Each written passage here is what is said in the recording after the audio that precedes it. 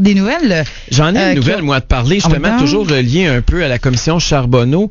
C'est nos amis du Parti conservateur du Québec qui, aujourd'hui, publient un long document. Évidemment, c'est fait pour les junkies de politique publique comme moi, là.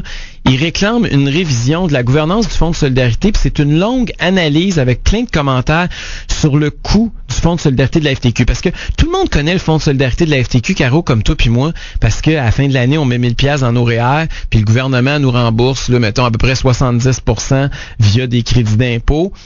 Mais quand tu pognes ça, puis t'additionnes les Éric Duhem, puis les Caroline Proulx, puis tout le monde qui nous écoute, qui ont mis de l'argent, on est 100 000 au Québec à avoir mis de l'argent là-dedans, là. Cashling. Juste pour l'année qui vient de se terminer en 2013, la part de crédit d'impôt, donc ça c'est de l'argent public, là, si on n'avait pas acheté des fonds de solidarité, on aurait payé de l'impôt. Oui. La part que le gouvernement a donné un crédit d'impôt, donc un cadeau du gouvernement au Fonds de solidarité de la FTQ, 374 millions de dollars. Ça, là, la salle de l'OSM, là, ça a coûté moins cher que ça. À tous les ans, on lui donne une salle de l'OSM depuis 30 ans. Ça te donne une idée?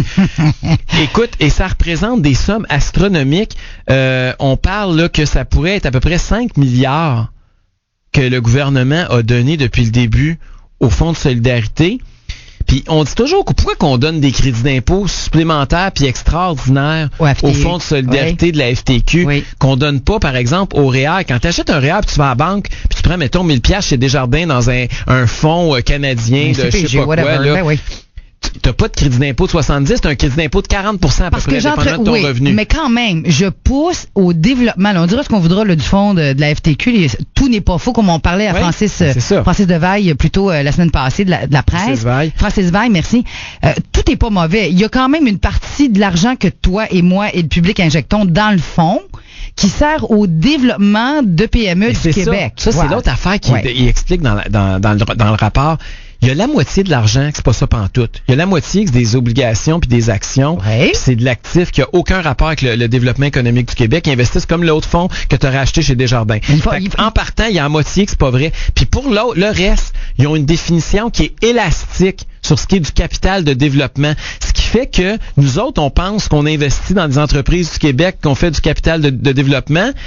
Mais en fait, on se ramasse avec des projets de condos, des projets de promoteurs à Calgary, des terrains de stationnement à Montréal, ou même de l'argent à Construction Louisbourg, une entreprise là, propriété de Tony Accurso à l'époque. Et ça, ils ont comme twisté la définition. Ils étirent la sauce parce que, qu'est-ce que tu veux, ils ont 10 milliards. C'est beaucoup d'argent. Tu peux pas investir à coût de 100 000 $ dans des petites PME, là. Tu n'as trop d'argent. À tous les ans, ils rentrent combien? Je t'ai dit tantôt, là? 375 milliards. Ouais. Mais ça, c'est juste la partie de crédit d'impôt. Un million, excuse. Ça, c'est juste la partie de crédit d'impôt. Ça, c'est à part le reste.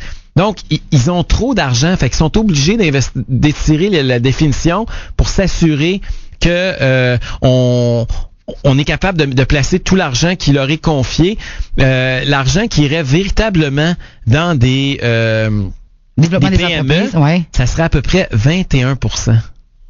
Ça veut dire que 80% de l'argent va pas dans ce pourquoi on investit. Oui, mais il y a quand même une partie qui va dans l'argent. Oui, mais attends une minute. Il y a une partie de l'argent qui va dans faire de l'argent. OK?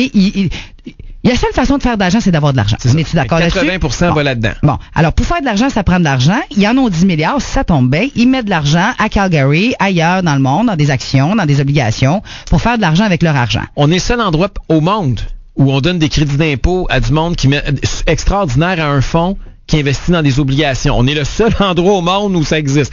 Puis l'autre raison aussi, on parle souvent du capital de démarrage. Tu sais, une entreprise qui commence, qui a besoin de l'argent, parce qu'au début, t'as pas rien solide quand tu pars ta business, t'es pauvre. Ça représente quel pourcentage? 15%. Ça veut dire que 85% de l'argent, c'est pas ça pantoute. Donc, c'est dans des grosses entreprises qui existent déjà, que tous les autres fonds sont capables de financer. Puis, l'autre affaire qui est impressionnante aussi, c'est de voir le rendement pitoyable du Fonds de solidarité de la FTQ. Combien? L'année passée, c'est pour 2013? Un actionnaire qui aurait placé 1000 piastres dans le Fonds de solidarité il y a 10 ans, il se serait appauvri de 717 piastres par rapport à quelqu'un qui aurait mis ça dans un fonds équilibré. OK, ça veut dire que ton 1000 piastres, là, il vaut 716 piastres de moins que si tu l'avais placé dans le privé. OK, mais attends une minute, là. Moi, je suis pas bien bonne des chiffres, puis je suis archi nulle d'un placement, mais je sais que plus tu as de l'argent, premièrement, ça dépend de ce que tu décides de faire comme investissement. Moi, j'ai 47, j'ai pas d'enfants. l'héritage, ça va aller à la Société Saint-Jean-de-Dieu ou quelque chose dans le genre. Donc, j'ai pas peur d'aller dans des investissements dits à risque. Parce que la seule personne que je mettrais dans le trouble, c'est moi. J'ai pas d'héritage, j'ai pas d'enfant, j'ai pas de ça t'en fout. Exact, je m'en fous. Donc, j'ai un rendement qui correspond au risque auquel j'investis. Oui. Right? OK. Maintenant, à la FTQ, au Fonds de solidarité, comme à la Caisse de dépôt, ils ont une partie de leur investissement qui doit être équilibrée. C'est-à-dire, pas trop pépère. Un peu pépère, semi à risque, mais pas trop. C'est pas un fonds pour être pépère, là. C'est supposé être pour aider les entreprises. C'est même pas pour ton rendement, à la limite. Parce que le rendement, il est pitoyable, Caroline, là. Après inflation, le rendement, là, est de 1,4% par année. Oui, mais j'ai été déficitaire. Moi, si je regarde mes 10 dernières années, Éric, là, avec le crash, je suis à peu près kiff-kiff.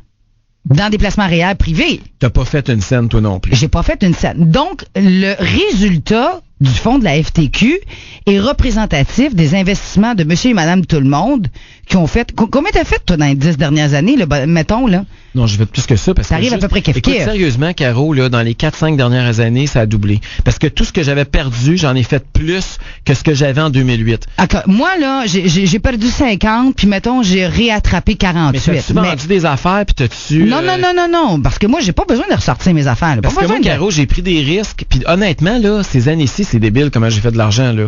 Les 2-3 dernières années, ça a tout redoublé, là.